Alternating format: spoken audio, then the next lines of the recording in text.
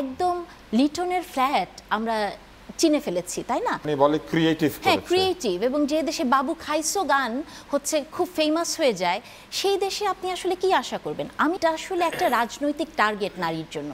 আপনি শুধু খালি কমেন্ট সেকশনটা দেখবেন, সেই মেয়েটার কোনো পরিচয় থাকে না, সেই মেয়েটার শিক্ষাগত যোগ্যতা থাকে না, শুধু নারী এবং নারীর শরীর আছে, তাদের বট বাহিনী আছে, এই কথাগুলো সব সময় বলে পরিবর্তন হয়েছে। কিন্তু একটা জিনিস আপনি আমাকে বলেন, গত 1 বছরে আমরা কি এটা চেয়েছি তুষার ভাই? ফার্স্ট হতে হবে, কিন্তু ফার্স্ট হওয়াটাই যে জীবনের সব কিছু না। এই যে প্রতিযোগিতা একটা ভেতরে, এইগুলো তো সব প্রতিযোগিতার ফল করে দিতে চাই।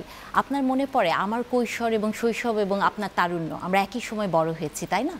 আমরা যখন বড় হয়েছি তুষার ভাই, আপনি একটু চিন্তা করে দেখেন তো, আমাদের শব্দের ব্যবহার এরকম কি ছিল তুষার ভাই?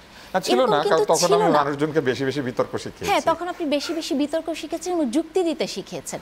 এখন যেটা হয়েছে, আমি মনে করি যে বাংলাদেশের এই জায়গাটা একটু আরেকটু অন্য জায়গায়। আমি যেহেতু পড়াই, ছাত্রদের সাথে আমার একটা সম্পর্ক আছে, সেই জায়গা থেকে আমি ক্লাসরুমে যেটা দেখি, আমার কেন জানি মনে হলো যে আমাদের একটা সৃজনশীল পদ্ধতি করেছিল না, সেটাকে এমন সৃজনশীল করলো যে সৃজনশীলতা বলতে কি বোঝায়, আপনি একটা অশ্লীল বাক্যকেও সৃজনশীলতা বোঝায়।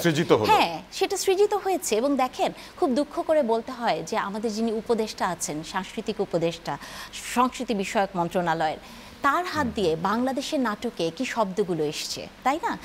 একদম লিটনের ফ্ল্যাট আমরা চিনে ফেলেছি, তাই না? তাহলে আমার কাছে মনে হয় যে এটা যে শুধু খালি এই কয়েকদিনের ঘটনা তা নয়। একটা প্রজন্ম, যে প্রজন্ম কখনো ইলেকশন দেখে নাই, যে প্রজন্ম দেখে নাই যে কি করে যুক্তির বিরুদ্ধে তর্ক করে মানে নিজেকে প্রতিষ্ঠিত করতে হয়, সেই প্রজন্ম শুধু শিখছে কি যে আপনাকে এমন একটা জায়গায় নিয়ে যাওয়া যে যেখানে শুধু খালি নিষ্পেষণ এবং শক্তির ব্যবহার না। একটা দেশের স্কুলে বাচ্চারা কখনো এথিক্স পড়ে না তুষার ভাই, বাচ্চাদের জন্য কোনো এথিক্স নাই। ধর্মটা পড়ায় কিন্তু এথিক্স পড়ায় না, মোরাল পড়ায় না। একটা বাচ্চাকে আপনি ছোটোবেলা থেকে শুধু শিখান যে কি করে ল্যাং মেরে ফার্স্ট হতে হবে, কিন্তু ফার্স্ট হওয়াটাই যে জীবনের সব কিছু না। এই যে প্রতিযোগিতা একটা ভেতরে, এইগুলো তো সব প্রতিযোগিতার ফল। এবং আপনি আরেকটা জিনিস দেখেন যে আজকে আমরা যারা বলছি না যে এই যে প্রতিবাদের কথা, ডিম মারা, এটা কিন্তু আজকে প্রথম হয়নি। এটা কিন্তু যতবারই দেখবেন যে ইভেন শেখ হাসিনার বেলাতেও হয়েছে, তিনি যখন লন্ডন গেছেন বা অনেক যে ইভেন অনেক সময় আছে যে যে কোনো ধরেন ইউএনের সামনে মানুষ প্রতিবাদ করেছে, হতে পারে যে অ্যাগ্রেসিভ হওয়ার কায়দাটা হয়তো একটু পরিবর্তন হয়েছে।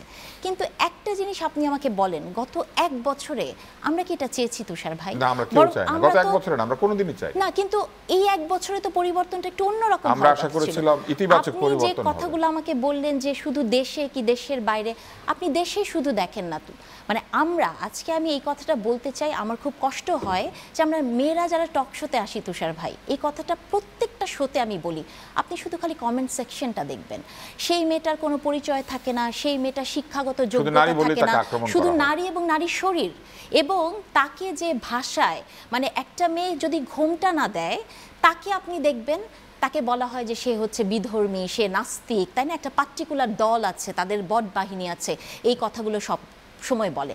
অথচ দেখেন, এই দেশে তনু নামের একটা মেয়েকে রেপ করে হত্যা করা হয়েছিল, সবচেয়ে মানে সুরক্ষিত একটা জায়গায় মেয়েটি হিজাব করে। তাহলে আমরা যে নারীর পোশাক, নারীকে নিয়ে যে কথাগুলো বলি, এটা আসলে একটা রাজনৈতিক টার্গেট নারীর জন্য। তাহলে কি আমাদের সকল কার্যক্রম রাজনৈতিকভাবে প্রভাবিত হয়ে গেছে? আমাদের মধ্যে কোনো সভ্যতা, আচরণগত পরিশুদ্ধতা, উচ্চারণের যে ভালো শব্দ উচ্চারণের যে আকাঙ্ক্ষা, কিংবা ভালো সৃজনশীল নৈতিকভাবে পরিশুদ্ধ কোনো কাজ করা, এই জায়গাগুলিকে আমাদের সমাজ থেকে অন্তর্হিত হয়েছে তুষার ভাই। কারণ আমার মনে হয় আরো একটা প্রশ্ন আছে, আপনি বলেছেন আমাদের উপদেষ্টার কথা, উনি তো শুধু পরিচালক, ওনার কাহিনী যারা লিখেছেন তারা তো স্বনামধন্য সাহিত্যিক, তারা এমনকি মুক্তিযুদ্ধের পক্ষেও কথা বলেন, তো তারা এইসব অসভ্য ভাষা, অসভ্য কাহিনী কেন তৈরি করলেন? সেটাই তো একটা কথা, যে পুরো একটা দেখেন ডিজুস বের হয়েছিল, মনে আছে আপনাকে? আমি প্রবল প্রতিবাদ করেছিলাম এবং সেই প্রতিবাদের কারণে আমি ব্যক্তিগতভাবে ক্ষতিগ্রস্ত হয়েছি। মানে আপনাকে এটা ডিজিটালি জুস খাওয়ানো শুরু করলো, রাতের বেলা ছেলেমেয়েরা ঘুম বাদ দিয়ে বিনা পয়সায় মোরাললেস টেলিফোনে কথা বলা শুরু করলো। তাহলে এই জায়গাটায় যে আপনি বলছেন তিনি একজন প্রডিউসার ছিলেন, কিন্তু সবারই তো একটা জায়গা আছে, তাই না? মানে দায়িত্ববোধের জায়গা থেকে বলেন বা ক্লাসরুমে কথা বলা থেকে শুরু করে সংস্থাগুলো দায়ী, Of তারা course, এই কন্টেন্ট তৈরি of course. করেছে, যারা- তারা এই আইডিয়া জেনারেট করেছে, শুনেন, যে দেশে তারা তুষার ভাই, তথাকথিত কি জানি বলে ক্রিয়েটিভ হ্যাঁ করেছে। ক্রিয়েটিভ, এবং যে দেশে বাবু খাইসো গান হচ্ছে খুব ফেমাস হয়ে যায়, সেই দেশে আপনি আসলে কি আশা করবেন? আমি মনে করি গত ৫৪ বছরে এই দেশে প্রতিনিয়ত স্বপ্নভঙ্গ হয়েছে।